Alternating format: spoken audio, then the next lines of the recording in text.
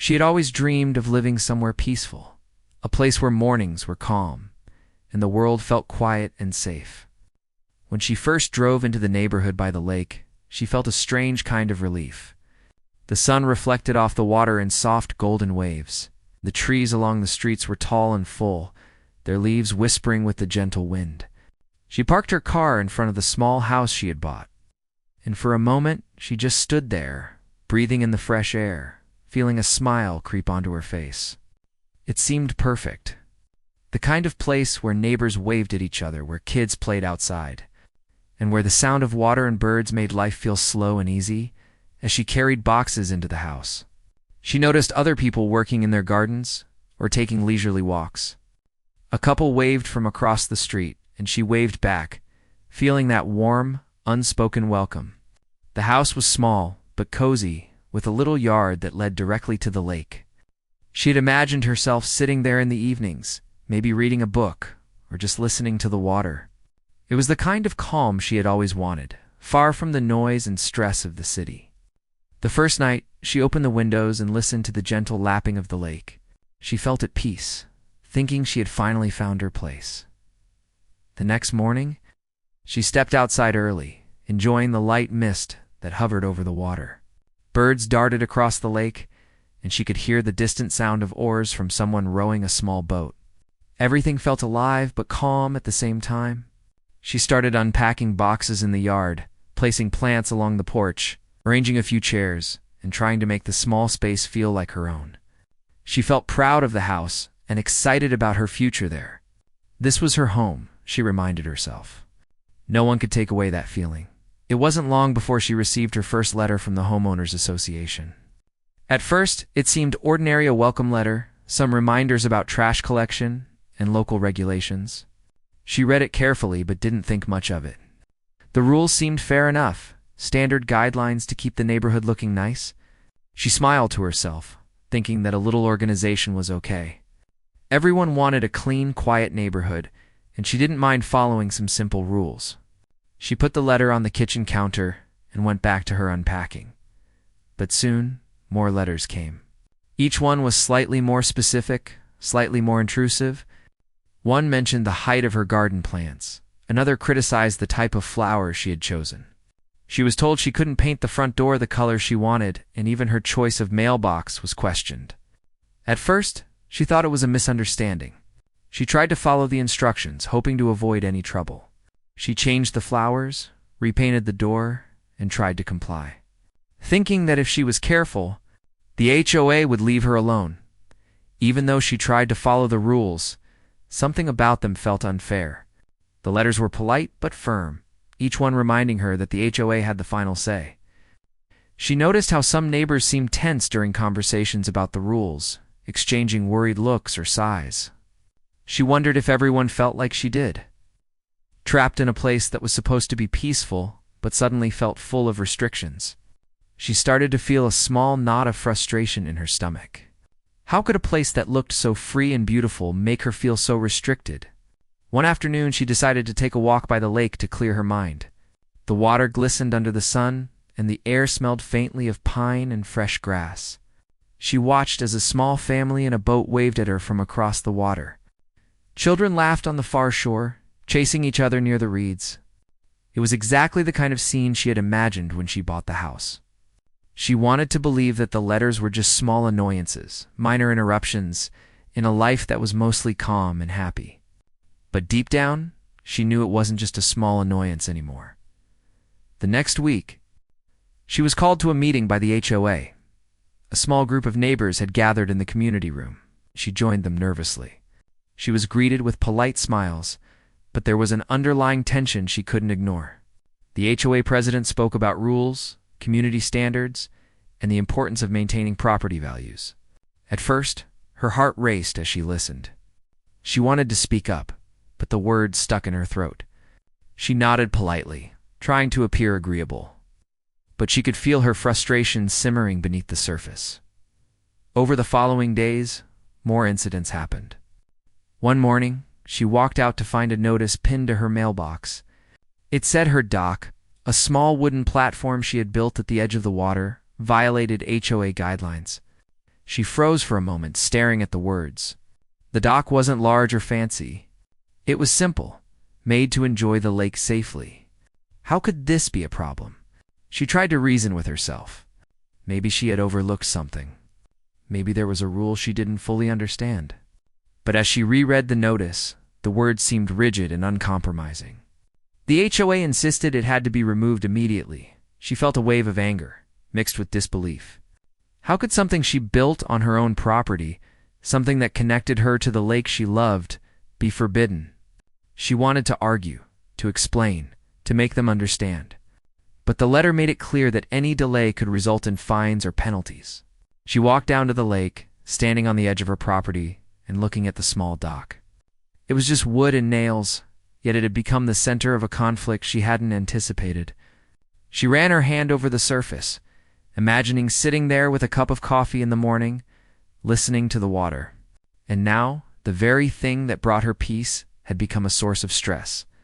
Her mind raced.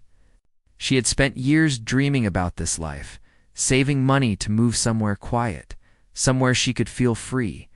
And now, a group of people she barely knew was trying to control how she lived, how she enjoyed her own property. She felt small, powerless, and frustrated. At the same time, a spark ignited inside her. She realized she wasn't going to let them dictate every detail of her life. This lake, her house, her yard, they belonged to her. She just had to find the right way to show that in the evenings. She began researching property rights, community laws, and the limits of HOA authority. She found forums online where homeowners shared stories about similar struggles. She read about people who had stood up to unreasonable rules and won. Each story gave her hope, but it also reminded her that the path ahead wouldn't be easy. She had to be careful, methodical, and patient. She couldn't let anger cloud her judgment. Her mind buzzed with ideas, questions, and plans. As she tried to map out what steps to take next, meanwhile she also noticed subtle signs of support from other neighbors. A few people smiled knowingly when she mentioned the letters. Some quietly nodded when she talked about the dock. She realized she wasn't alone. Others were feeling the same tension, trapped under the same strict rules. The thought gave her courage. Maybe this wasn't just her fight. Maybe it could become a community effort. A way to reclaim the peace and freedom that the neighborhood promised when she first moved in. Despite the growing conflict, she still took time to enjoy the little joys of living by the lake. She would walk along the shoreline, watching the sunlight dance on the water. And sometimes she would bring a small chair to sit and write down her thoughts. The lake became her refuge, a place where she could think clearly and plan her next moves. She realized that the more she connected with the lake, the more she understood what she was fighting for. It wasn't just about rules or letters. It was about having the freedom to live her life the way she wanted, in a place she loved. Evenings were bittersweet. She loved listening to the soft sounds of nature, but the letters and meetings with the HOA lingered in her mind. She would stare at the dock, imagining what it would be like if it were gone, and she felt a pang of injustice. She knew that standing up would take courage and patience, but deep inside, she felt a determination growing stronger every day. She had worked too hard and dreamed too long to let anyone take this from her, and so the first part of her journey ended not with a victory, but with a resolve. She understood the challenge ahead. The HOA was powerful, but she had her knowledge, her determination, and the support of a few neighbors. She had the lake, the house, and the freedom she was willing to fight for. The quiet evenings by the water, the small moments of peace. And the connection to the land reminded her why she had chosen this life. She knew the struggle had only just begun. But she also knew one thing clearly. She would not let the rules of a few control her happiness.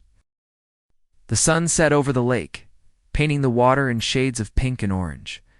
She stood at the edge of the dock, feeling the gentle sway under her feet. The world felt vast, beautiful, and hers to claim.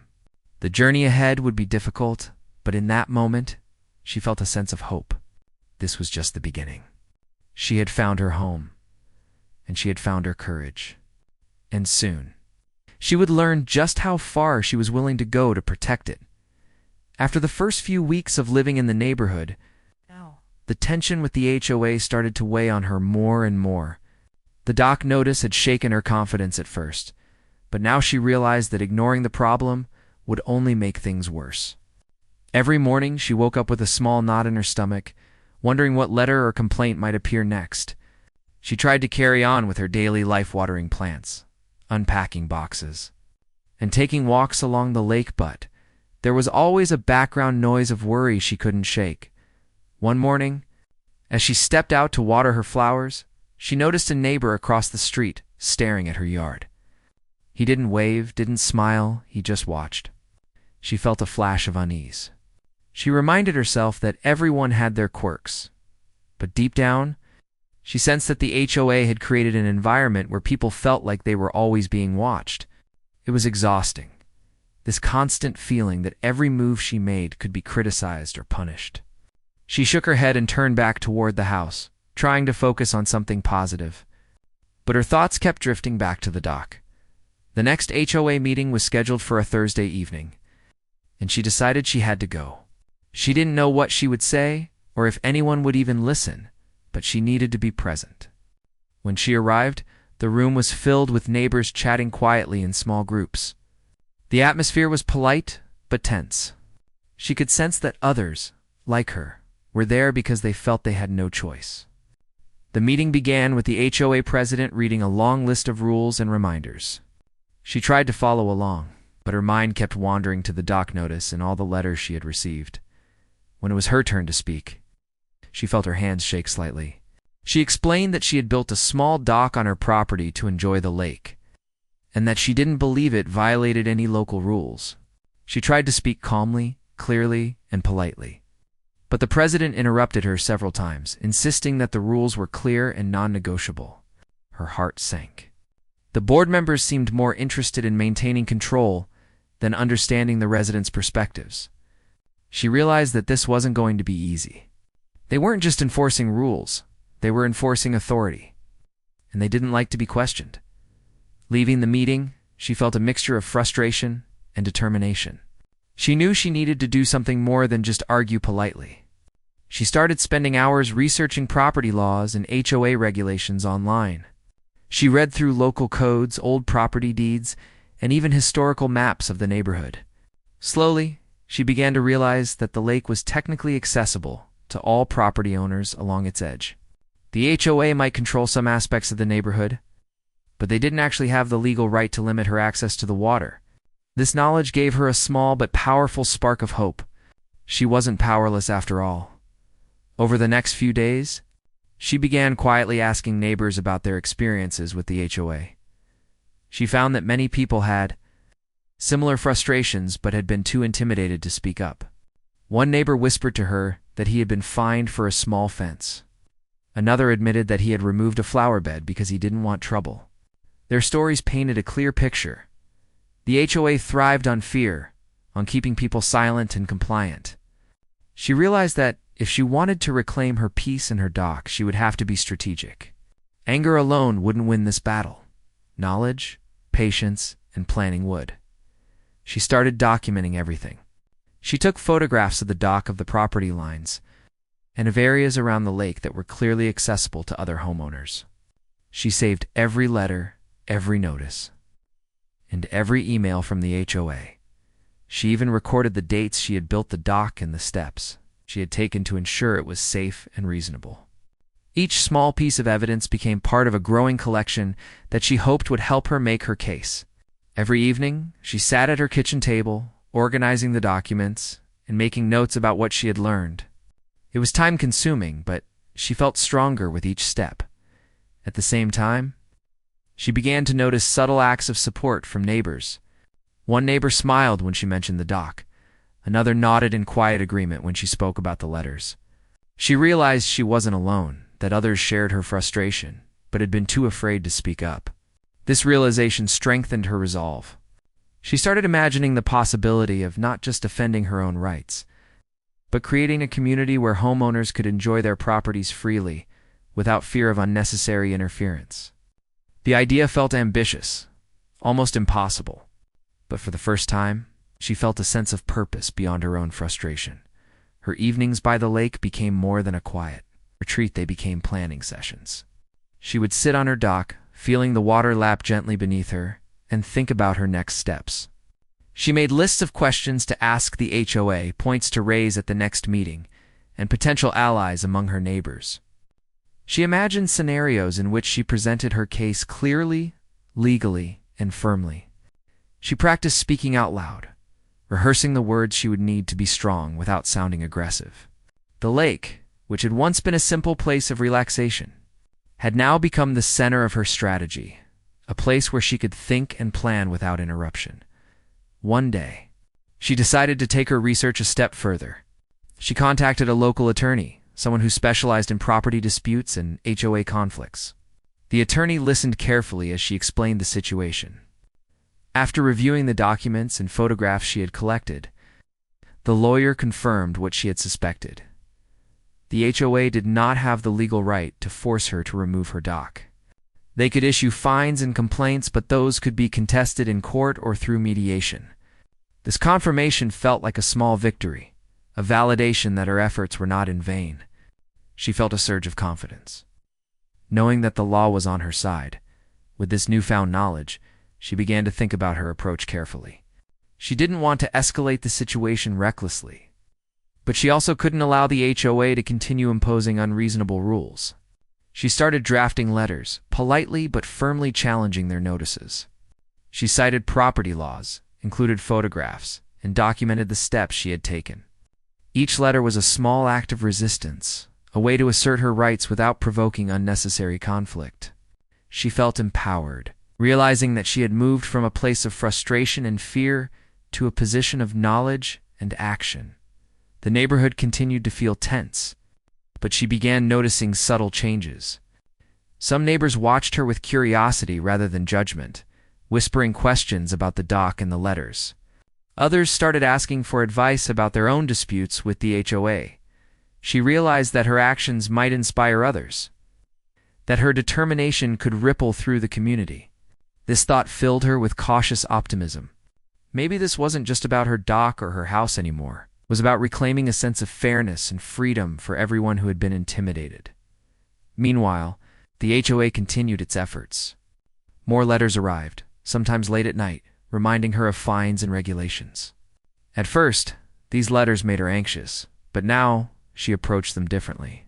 She read each one carefully, checked it against her research, and prepared a measured response. She discovered that staying calm and organized was far more effective than reacting with anger. Each interaction became a test of patience, a way to show that she was not afraid, and that she would not be bullied into compliance. She also noticed the emotional toll of the conflict. Some days she felt tired, drained, and overwhelmed. It was hard to enjoy the lake when part of her mind was always calculating the next move, thinking about letters and rules and worrying about neighbors' reactions. But then she would sit on the dock, close her eyes, and listen to the water. The gentle sound reminded her why she was fighting. It wasn't about rules or bureaucracy, it was about her home, her freedom, and the peace she had worked so hard to find. The lake had become a symbol of her independence, a quiet but powerful reminder that some things were worth fighting for. As the weeks passed, her planning became more focused. She made detailed notes on every letter, every conversation, and every observation about the lake and the neighborhood. She mapped property lines and documented areas that were clearly accessible to everyone. She even created a small binder, organizing everything in a way that would be easy to present if the conflict escalated. Each small step made her feel more in control, more capable of standing up to the HOA without fear. Then came the day when she realized that this struggle was bigger than her dock. It was about standing up for herself and other homeowners who had felt powerless for too long. She began quietly talking to neighbors, listening to their stories, and sharing her research. Slowly, she built a small network of allies, people who had been frustrated, intimidated, or silenced. They didn't have to speak out loudly or openly yet, but just knowing that she was not alone made the fight feel less daunting. Together, they could challenge the HOA in a way that no one person could do alone. One evening, as the sun set over the lake, she sat on the dock and reflected on the past weeks. The first days in the neighborhood had been full of excitement and peace, but now they were mixed with challenge and tension. And yet she felt stronger than ever. She had faced fear, learned the rules, gathered evidence, and started to build a community. She had turned frustration into action, and that feeling was powerful. The lake glimmered in the fading light, calm and serene, reminding her that some things, her home, her determination, her dreams, could never be taken away. She realized that the breaking point had already come. The HOA might have thought they could intimidate her into submission, but she had decided she would not be controlled. The dock, the letters, and the rules had become symbols of a larger struggle for fairness, respect, and freedom. She wasn't just fighting for herself anymore. She was standing up for what was right. And she was ready to continue, no matter how long the battle might take. That night, she went to bed with a sense of quiet determination. She knew challenges lay ahead, but she also knew that she was ready. She had taken the first steps from fear to action, from frustration to strategy. And as she drifted off to sleep, she imagined sitting on the dock the next morning, watching the lake sparkle in the sunlight, feeling a small but powerful sense of victory. She understood that this was only the beginning, but she was prepared. She was no longer just a homeowner. She was someone who would fight for what was hers, with patience, courage, and determination. By now, she had fully realized that the conflict with the HOA wasn't just about the dock or her yard anymore. It had grown into something bigger, something that touched on fairness, independence, and the quiet dignity of living in a place she could truly call home. Every morning, she would wake up with a sense of purpose. The lake shimmered in the dawn light, and she would walk along its edge, thinking through her next steps, planning carefully. She understood that rushing or reacting impulsively could make things worse, so she focused on being methodical. On building a foundation strong enough to withstand the HOA's influence, she began attending more HOA meetings. Not to argue, but to observe. She wanted to understand their tactics, their language, and the way they influenced other homeowners. Sitting quietly in the back of the room, she noticed the small gestures that revealed tension, the way the president glanced at certain members, the careful wording of letters, the subtle nods and murmurs among board members. She realized that the HOA relied on control, on the fear of fines and conflict to maintain authority, and she knew that if she wanted to challenge them, she would need more than knowledge, she would need strategy. At home, she continued to gather evidence. She took detailed photographs of the dock, her property lines, and the surrounding lake area. She collected historical documents that showed the lake had long been accessible to property owners, and she carefully archived every letter, email, and notice from the HOA. Each piece of evidence became part of a growing arsenal. Every detail she uncovered, every law she studied, gave her a small but powerful sense of control. She realized that knowledge was her greatest weapon. The more she knew, the more confidently she could stand her ground. One afternoon, she decided to reach out to some of her neighbors directly. She started with a few people who had quietly shown signs of support. She explained what she had discovered about the lake, the dock, and the HOA's overreach. Some neighbors were hesitant, worried about retaliation, while others seemed quietly relieved that someone was willing to speak up. Slowly, she began to form a small network of homeowners who were frustrated but had been too afraid to act. Together, they began sharing stories, advice, and strategies. The sense of solidarity gave her energy she hadn't realized she was missing. While her network of allies grew, the HOA continued their tactics. Notices kept arriving, some threatening fines, others repeating rules that seemed arbitrary. She learned to read these letters carefully, understanding that much of the power they held came from uncertainty and fear. She would sit at her kitchen table, reviewing each notice with a calm mind. Comparing it to the legal documents she had gathered, she began drafting responses that were firm but polite, showing that she knew her rights and would not be intimidated. Each letter she sent felt like a small victory, a step toward reclaiming control over her own home. Despite the ongoing conflict, she never lost sight of why she was fighting. The lake had become more than just a body of water. It was a symbol of freedom, a reminder that some things were too precious to be surrendered. She would spend hours sitting on the dock, feeling the gentle sway of the wood beneath her feet, listening to the quiet lapping of water against the shore. These moments kept her grounded, reminding her that her struggle was not just about rules or bureaucracy. It was about preserving the peace and joy she had dreamed of when she first moved here. Her determination began to influence others in subtle ways. One neighbor, who had quietly suffered under the HOA's rules for years, started asking questions about her research. Another shared his own story of being fined for something minor, expressing relief that someone was finally speaking up. The small network began to gain strength, a quiet force of homeowners who had previously felt powerless. They started exchanging tips, sharing observations, and planning ways to support each other. She realized that the fight was no longer hers alone. It was a collective effort, a shared stand against unreasonable control. The turning point came one evening when she received another notice. This one more aggressive than the previous ones. The HOA claimed she was in violation of multiple rules, and they threatened escalating fines if she did not comply immediately. Instead of panic, she felt clarity. She had prepared for this moment.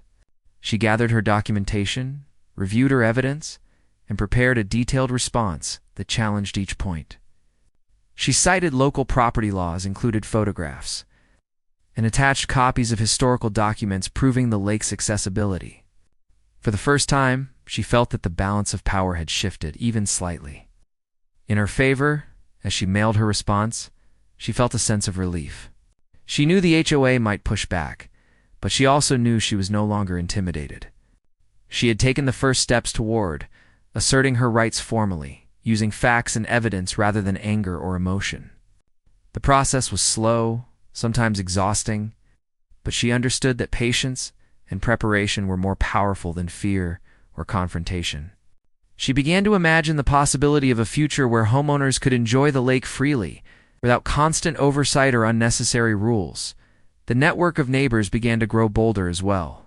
Quiet conversations turned into small meetings in living rooms and backyards. They shared updates on letters, observations from HOA meetings, and legal advice. Each person brought a different perspective, a unique strength, and the collective energy was palpable. They realized that the HOA's power depended on isolation. By working together, they could diminish that power. She felt proud to be part of this small, growing movement, and the sense of community added another layer of meaning to her fight. Meanwhile, she continued to refine her strategy. She made detailed notes on every interaction with the HOA, keeping track of dates, responses, and outcomes.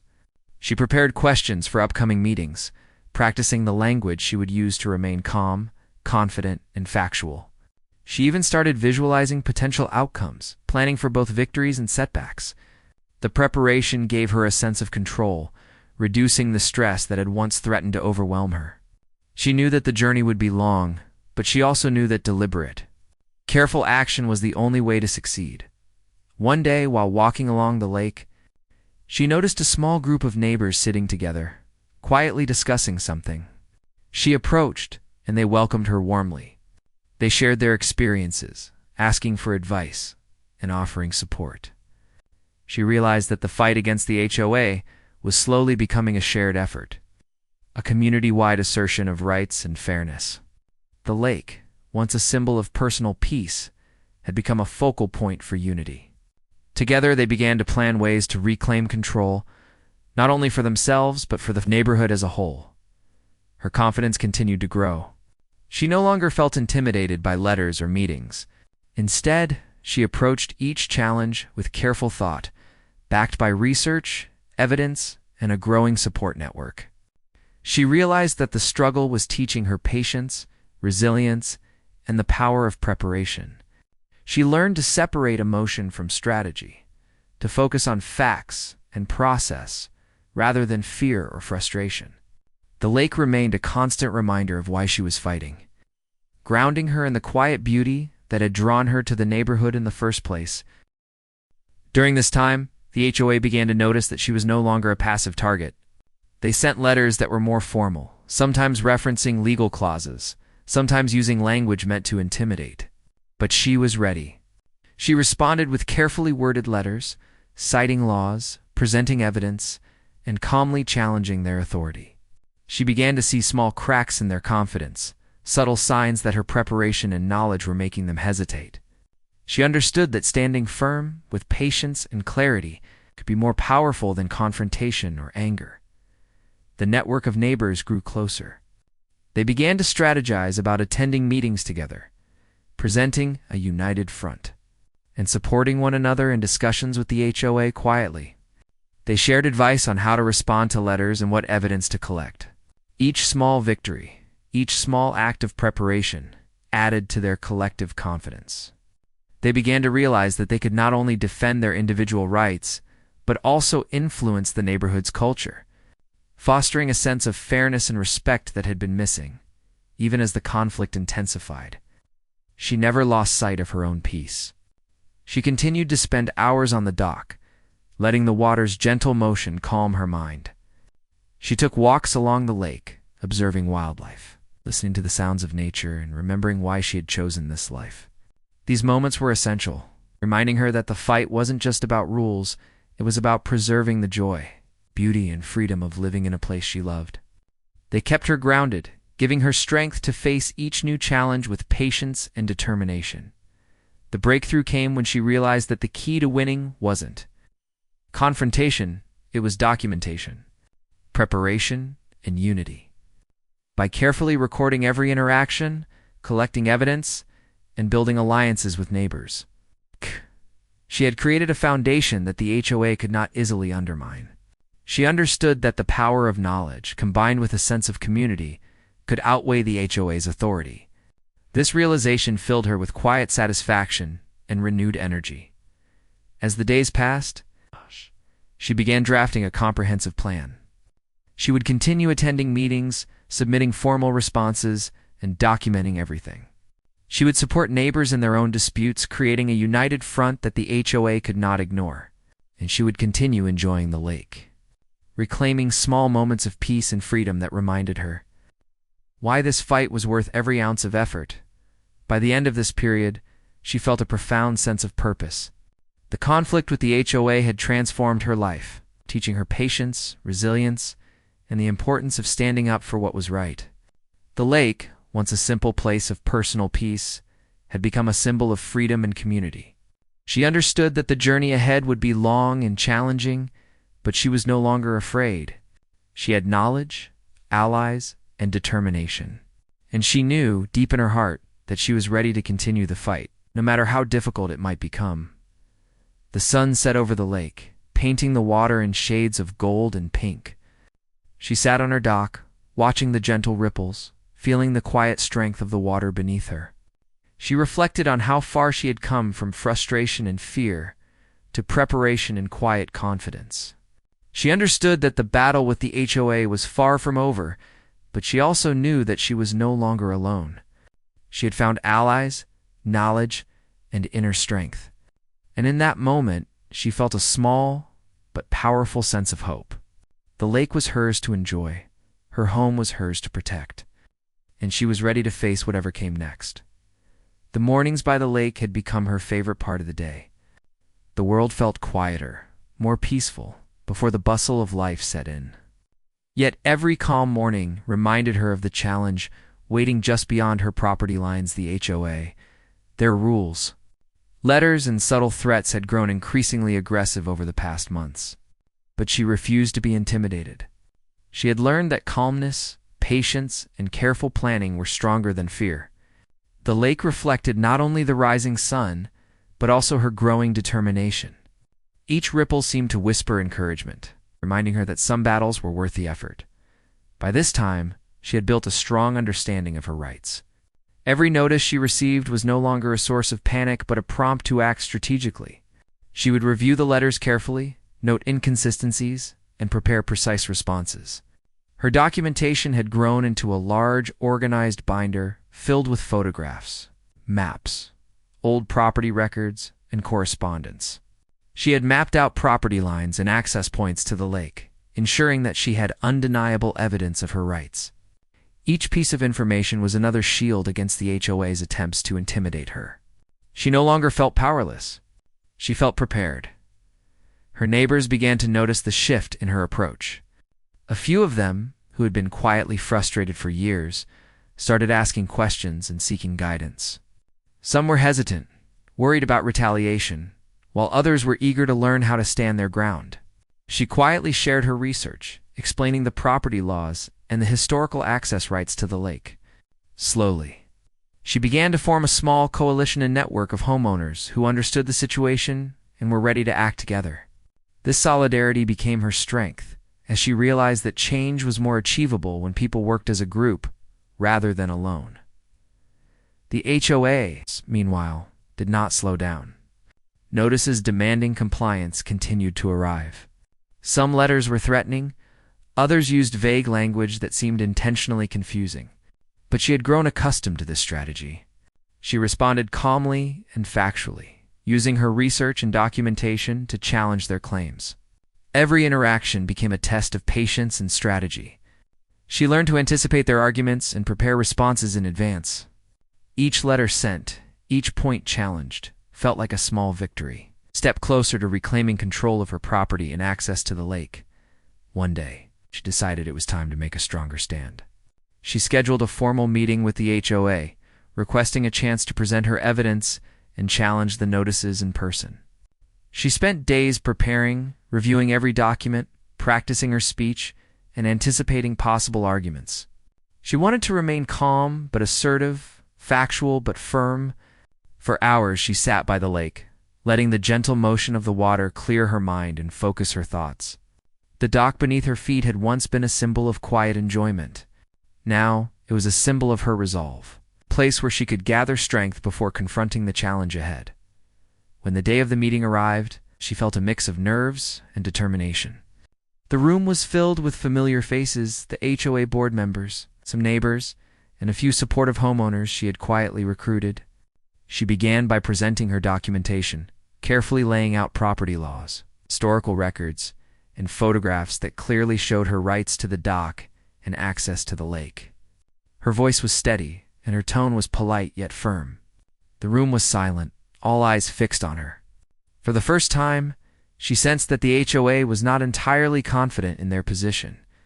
Her preparation and clarity had shifted the dynamic. The HOA president attempted to interrupt several times. She remained composed. She calmly addressed each objection, citing evidence and pointing out inconsistencies in their claims. Her confidence and knowledge were evident, and even some skeptical neighbors began nodding in quiet agreement. She realized that the power of preparation combined with calm assertiveness was more effective than confrontation or anger. The meeting lasted longer than expected, but by the end, the HOA board members appeared hesitant, unsure how to respond to someone who had clearly done her homework and stood her ground. After the meeting, she returned to her dock, feeling a sense of quiet triumph. The process had been exhausting, but it had also been empowering. She had faced authority head-on, armed only with knowledge, patience, and careful preparation. The lake shimmered in the evening light, and for the first time in weeks, she felt a deep sense of peace. She understood that the battle was far from over, but she had proven to herself and to others that the HOA could be challenged. Her confidence was growing, and with it, her sense of purpose. In the following days, she began hosting informal gatherings at her property, inviting neighbors to discuss their experiences and share advice. These meetings were quiet at first, just a few people exchanging stories and strategies. But as word spread, more neighbors began joining, drawn by the promise of support and community. Together, they reviewed letters from the HOA, compared notes, and discussed possible approaches to resolve conflicts. The lake became a meeting place, a symbol of their shared rights and collective strength. She realized that what had started as a personal struggle was becoming a community effort. Her coalition of neighbors grew more confident with each meeting. They began attending HOA events together, providing moral support and sharing evidence when necessary. The group was careful, strategic, and respectful, focusing on facts rather than emotions.